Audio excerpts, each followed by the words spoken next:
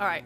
Hello, my name is Katelynn Kerns. I'm 19 years old. I'm from more down south Florida in Pompano Beach area, but then I moved up here to, well, not here in Georgia, but I moved to Palm Bay, Florida when I was about 11-ish, and just a year later I took my first flight, and it was a mission group, and they were doing flights for kids just to get them into flying and stuff.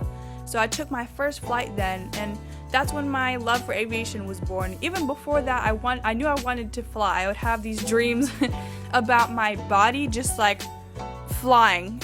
Just these weird dreams, but I knew that I wanted to do something that had to do with flight. So that's when I took my first flight. My love for aviation was born, and then me and my mom started looking into it, and we found Wings of Grace. So when we found Wings of Grace, I did my first day there. I remember it clearly. It was back at Address Smith. And right then and there, I was like, I wanted to do this. It's a free flight school. It's very hard to come across that, because we all know that aviation is a very expensive endeavor.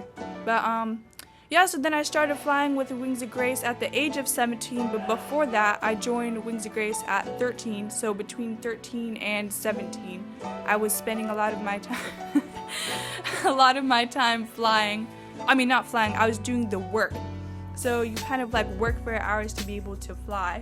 So between 13 and 17, I was working just consistently till I had enough hours to fly consistently.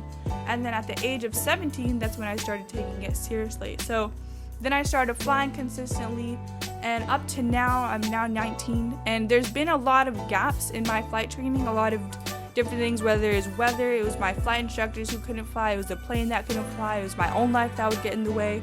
So there's been, ups and downs in my aviation career, but that leads me to now. I'm here now working on full-time towards my private pilot's license. I should be wrapping it up in the next month. The next steps after that is to work on my instrument rating, my commercial rating, my multi-engine rating, all the ratings that I need to collect to go towards the airlines. So that's my end goal, is to make it to the airlines, but I also hold the airlines very loosely because the Lord might want me to do something else in the aviation career. I feel like aviation is for me. I feel like that was placed in my life for a reason.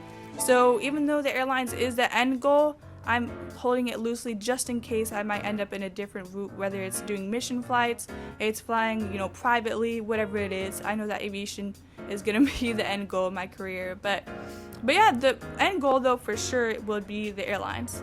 And so, yeah, that's a little bit about me right now. Okay. How did your flight go today? My flight today, I had 2 different flights. We'll start with the better one. It was the first flight. It was pretty good. It was around like 11-ish, 11:30. The winds were pretty rough. I've never really had a direct crosswind before, so it's definitely a learning experience. But the first few landings that I did, they were pretty okay. And then the second flight that I did, it was more on the rough side. But I think it's a lot of good learning experiences in the case of an emergency and I need to land somewhere with a direct crosswind. So. Maneuver are you currently practicing? The maneuvers we're working on is performance takeoffs and landings. Okay. What's your dream aircraft? Ooh, I think mine would be the Icon 5 because it's an amphibious plane. They're very, very cool airplanes.